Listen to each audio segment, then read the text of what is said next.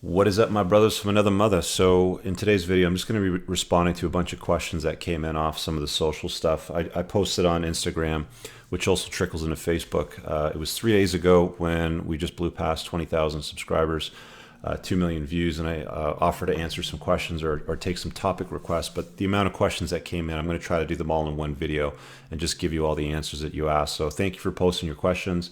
Thank you to everybody new that's following the channel and was really digging the content. I've read your messages, I've got your emails, I've read the comments, and I do appreciate all of that feedback. It's awesome. You know, we're adding about 1,000 subscribers to the channel every day. The red pill topics are doing really well. Yeah, so I'm pretty stoked. Let me just dive into these questions here. The first one came from Andrew on the Instagram page, and he said, "What advice you wish you had when you're a college student?" And he's asking about balancing partying, studying, and working. I'm a little bit unconventional when it comes to college, university. I went to a local GTA community college, signed up initially for a 3-year co-op placement. It was a business course, and the placement rate at the time, because of the economy, I can't remember exactly what year it was, but the economy was shit, and we were only getting like a 50% placement rate. So I changed the course to a 2-year to pop out the co-op placement. And I actually didn't even finish it. I got a call from my dad, and he wanted to start up a business in the UK. So we started at that, and I just left college because it was really a complete waste of time. I was hating it. I wasn't getting a lot of value from it. If I could do it all over again, the advice that I would give myself, and this may not necessarily apply to you because you're talking about balancing partying with studying. I mean, if you're going to go, you should get some value out of the school system and not over party. But if I were giving myself advice, my 21-year-old self, I'd probably say take the money that you're going to spend on books and courses and all the time you were going to waste sitting in there just jotting down shit from slides on an overhead, not really learning much, and go start up a business. And even if it failed, I think the value that I would have learned from the time, effort, and money thrown at it would be way higher than what I got in the school system. But yeah, so that's my answer to that one. Next question. Car business asks, "I really want to know the difference between owning a business and running one." Well, if you're owning a business, you're probably running it. It's not often that you're going to rely on somebody else to run it for you. Whenever I've done that in the past, it's failed miserably. The person running the business has to have skin in the game, meaning they have to have ownership. So what's the difference between running and owning one? Somebody that's running it is not going to do the same job as somebody that owns it. So you want to do both. Or if you're going to put somebody in charge to run it, you need to give them some sort of incentive plan that motivates them to take more ownership and make better decisions and run the business better. So that's my thought on that one. R. Vanolos asked, "Just found your channel today. Love hearing." Okay, cool. Thanks, brother. Just Workman says, "Congrats. Been watching you for a while now. Good to see you come this far. Got a few questions. What have you been most surprised about in your business over the last year?" It runs way better when I pay way more attention to it. I disconnected for a while. You can check out my video titled, The Entrepreneur's Roller Coaster Ride, and you'll see what I'm talking about. Best money management tips for startup: run lean. Run lean. Don't look for venture capital. Don't dilute your ownership. If you can bootstrap the business, and that's the best way to go, in my opinion. That's pretty much what most of the business coaching I do now on Clarity is helping people get off the ground and running the business lean. Third question you ask is, what is the biggest lessons you learned, and what would you tell somebody who's in their early 20s? Be fucking relentless. Just, the pussification of society has just gotten to the point where it's ridiculous. We've got safe spaces and all these crybabies, and men are no longer men. We've just become too feminized. So just persist and fall down, get hurt, get back up, repeat. Just keep doing it, brothers.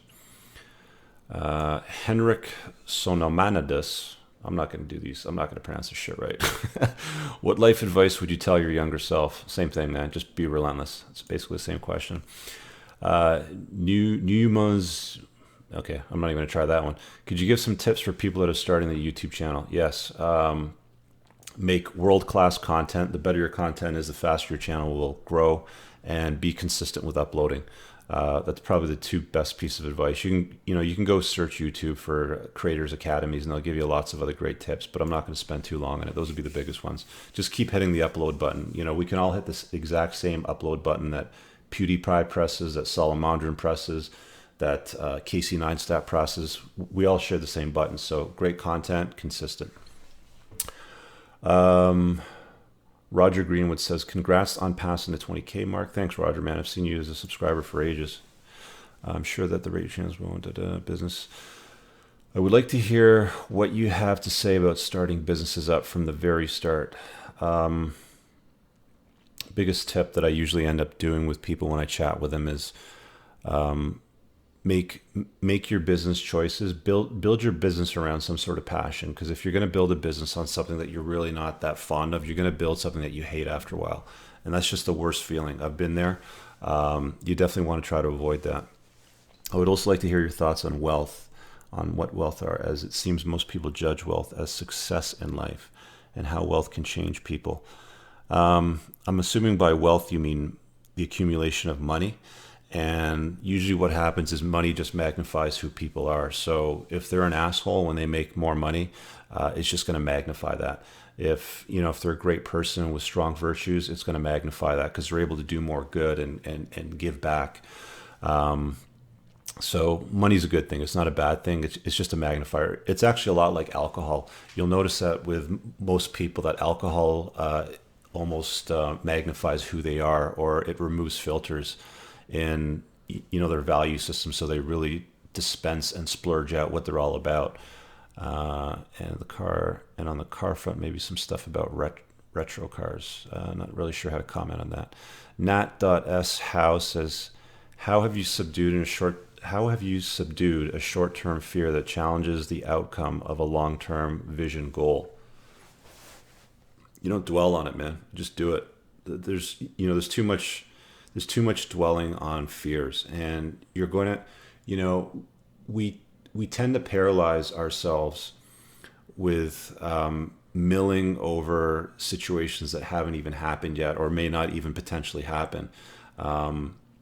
It's okay to plan and think about things, but I think a lot of people get too caught up in short-term fears that prevent them from executing. There's a lot of people that'll go out there and say, well, I had a great idea to build this business, and then Uber went and did it. Well, why the fuck didn't you do it, right? Like, nothing was stopping you. Maybe you had the fear of executing on the same idea, right? Dan's 1M, should I buy that 911 Turbo? Yeah, buy it. Oh, you live in Toronto too. Okay, I'm happy to drive it if you want me to drive it. That's cool. Awesome. Let's connect. Dabkirk, do you have any rituals or daily routines that you always start your day off before anything else? Yes. Take a piss, and I go on my inversion table and shine infrared light on myself while I'm hanging there upside down for about 5-6 minutes maybe. Improves circulation, boosts testosterone, allows fluids into your joints. There's all kinds of benefits. You can look it up. Inversion tables are probably the single best thing that I've done for morning routines, because when you're sleeping, your spine decompresses, and hanging upside down as soon as you get out of bed, it just magnifies it. It's just the best way to keep your back in great shape. And I'm a tall guy, so I tend to have I have had back problems in the past. Fortune Bliss says, you spoke a lot about the wrong women. What is the red pill for knowing the right women? What are the eye-opening facts that make you realize that you have met the right woman?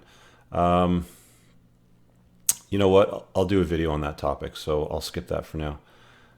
Reaper 7.62, the more red pill theory I've exposed to, the less I believe the kind of relationship I want can even exist. It's tough. I totally get it. In The Rational Male, the author says, women are incapable of loving a man in the way he wants them to. Loyalty is the most important thing for most men, and nowadays most women only remain loyal when they are happy and their needs are met. Yeah, true story. A condition that cannot be indefinitely maintained and is not even the responsibility of the man to fulfill. Also true. However, I think men naturally end up taking on this responsibility in relationships. We are definitely pleasers. My question is this: if children are not considered, are there any situations in which marriage would be a wise choice, since men have so little to gain from it? Marriage is not a good choice, period. The only benefit that you would have, depending on where you live, is there's probably some tax benefits that you could get by income splitting, contributing to her RSPs if she's not working, which is her retirement savings. So contributing there and lowering your taxable income. So there might be some tax benefits to it, but I think the risks that are involved far outweigh that, and it's just not worth it. Would you have not done, I'm having a hard time reading some of these. Would you have not done it all? Would you have done it differently if you could go back? Yeah, I would totally. Well, knowing what I know now, I probably wouldn't get married. The exit part of it is just really bad for guys. And, you can check out my divorce video on that. There's, I think it's titled, Divorce Truths and Why Men Are Going MGTOW because of it. Would you ever date a vegan woman? I dated a vegan woman once, and it sucks. You get up in the morning, you make your bacon and eggs and home fries, and then you gotta, make like, I don't know, fried chickpeas and olive oil and fucking lemon juice. Like, it's not even real food. It feels like you're feeding a rabbit. I don't do it. I mean, I'm not gonna make a separate plate of food for somebody for breakfast just because they want to eat vegetables all the time. Obscure Engineer says, well done, Rich. Solid content. Thanks, brother. Sunshine 23511 says, do you date chocolate women? Never have. Not opposed to it. Halle Berry's a hot chick. Okay. Let's see here. Okay, so on the Facebook page, here's the questions that I got. Yep. Cheers. Thank you.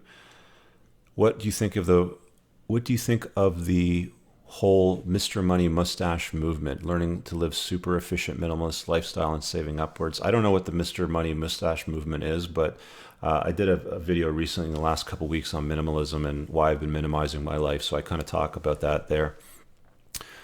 Chris House says, if you have already, not sure if you already have a video, but I personally like a video more depth on being a virtuous male, almost like a continuation of the alpha video. I'll take note of that. I'll do a video on that topic in the future then. White Knights, the men who women leave their men for, who are they and what are they? Well, I mean, White Knights are self-explanatory. They're basically beta bitch AFC chumps. With respects to the men who women leave their men for. You guys got to write these questions clear, man. I assume what you're saying is the men that women are leaving their men for. Women get bored in marriages and they leave men because of boredom, because they're no longer excited, they're no longer challenged. There's a lot of feminized men in the world that get left by their wives. I know many women that I've met out dating that are divorced, and they've been married and they decide that after 10 years, they're bored of their husband. They're no longer attracted to them. They don't want to sleep with them. And it's not like they're fat, gross, or ugly, but they make up Mickey Mouse bullshit excuses as to why they should leave these guys. And it can be anything like, he doesn't rake the leaves when I ask him to, or I just couldn't have sex with him because he was all like, sweaty and gross and stuff like that. I mean, these are kind of ridiculous excuses to leave your marriage and break up a family, but they just tend to get bored and they go find something interesting out there that's more alpha, that really challenges them. And, that's just the way that it works. Damien Tesmer says, here's a topic for the dating advice section, gold diggers. Yes, I have notes on that I'm accumulating. I'll definitely put one of those out in the future. Best SUV. I like the X5M. That's just my personal favorite. Passive income. Yes, go make some. I'll probably put out a course on that in the future. I've had a few people private message me on tips to create passive income, and it's a long play. It's not a short play. The things that I'm doing are working. I want to do it for a little longer before I go and preach what I've been practicing, but I'll probably put some kind of a course out in the future. Josh Carl, the role of a mentor. To teach. It's simple as that.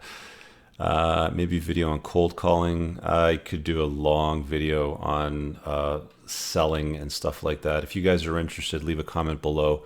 I'll make some suggestions for you there. How about a video on gold? Yeah, you should definitely hold some gold. I'm not saying a lot, maybe 10-15% of your investment portfolio.